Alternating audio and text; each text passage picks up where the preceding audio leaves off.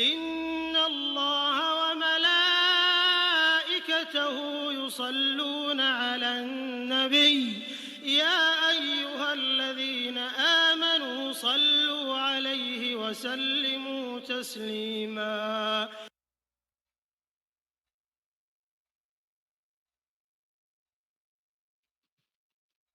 Indeed, Allah showers His blessings upon the Prophet, and His angels pray for him. O believers, invoke Allah's blessings upon him, and salute him with worthy greetings of peace. Assalamu alaikum wa rahmatullahi wa barakatuhu.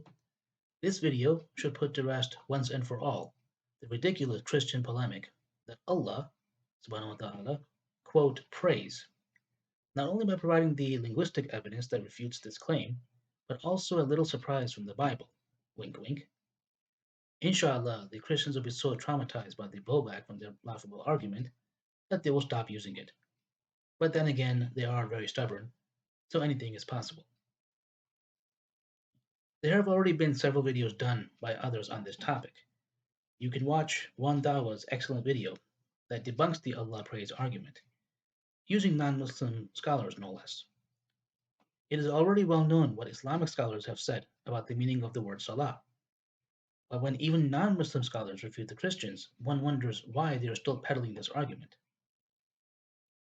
To summarize Brother One Dawa's video, basically there are two sides to this issue. There is the side of scholarship that says that the Arabic phrase yusalluna ala means to send blessings when used for God. And then there's the side of buffoonery that says that the phrase means to pray. On the side of scholarship, we have such non-Muslim sources such as the Hans Wehr Arabic English Dictionary, Lane's Arabic English Lexicon, the Steingas Arabic English Dictionary, the Hava Arabic English Dictionary, and John Penros's A Dictionary and Glossary of the Quran. On the side of buffoonery, we have such distinguished buffoons as David Wood, aka Darth Hammer,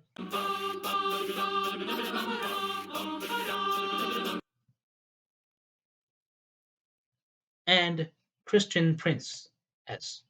I am a scholar, you are a donkey. Wow, pretty one-sided, isn't it? For my part, I will just add one more non-Muslim source that I managed to track down. This is the 19th century Dictionary of Persian, Arabic, and English by Francis Johnson.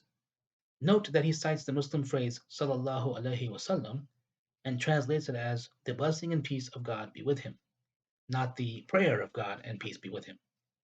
And under the entry for salah, he defines it as praying, but when it is used for God, he defines it as being merciful or to pronounce a blessing. And as a noun, it can mean prayer, but when involving God, it means compassion or mercy from God. So that's it. Game over. Give it up, Christians. You're embarrassing yourselves. Oh, but we're not done yet. You didn't forget about the surprise, did you? It comes from your own Bible. As is well known, the Bible has been translated into many languages, including Arabic. One of the most popular and respected Arabic Bibles is the Dyke Arabic Bible. Now, Christians, since you claim to know Arabic, oh wait, who am I kidding? You don't know Arabic. Well, just follow along as best as you can. Anyway, in the Dyke Arabic Bible, we find an interesting verse in the book of Isaiah, chapter 56, verse 7. Now, the phrase that interests us is this: Bayt as-salati. If you know Arabic, a light bulb should go off. The word bayt means house, while salat means prayer in this context. And of course, the Christian buffoons believe that the word salah always means prayer. But adding the Arabic letter ya to the word makes it mean my prayer. Therefore, the phrase literally means house of my prayer. Now, in case you're wondering who is speaking here, if we go to verse 1, we find the answer. It is the Lord who is speaking. In other words, the God of the Bible, Yahweh, makes salah. But you might be saying, wait a minute, Mr. Q, that's in the Arabic.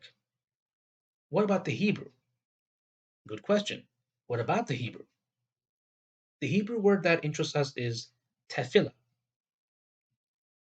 According to the Hebrew and Aramaic lexicon of the Old Testament, or Halot, the most widely used Hebrew lexicon in scholarly circles, the meaning of this word is my prayer.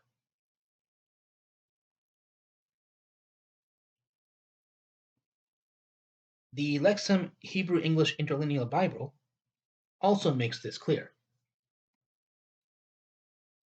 Note also that Rabbinic Jews believed that Yahweh actually prayed, and they used Isaiah 56:7 as proof.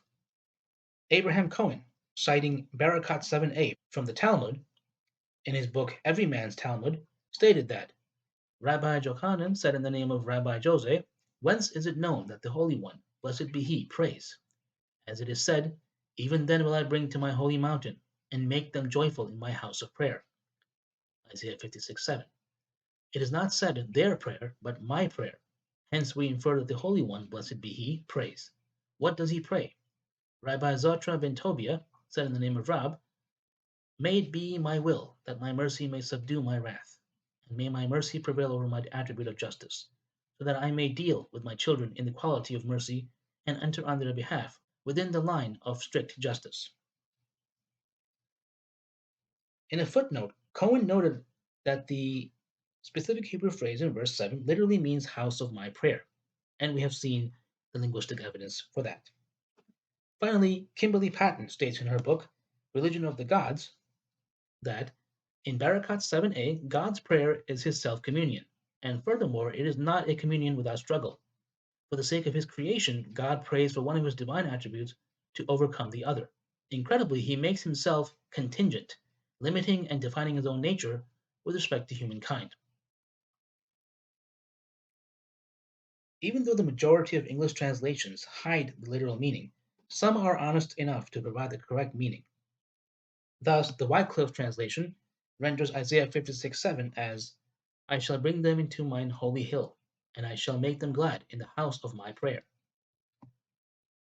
And in modern English, "I shall bring them to my holy hill, and I shall make them happy in the house of my prayer." Sorry, Christians. I know it's shocking, and I'll leave you with that as an early Eid gift, so you can begin your mental gymnastics. Assalamu alaikum wa rahmatullahi wa barakatuh.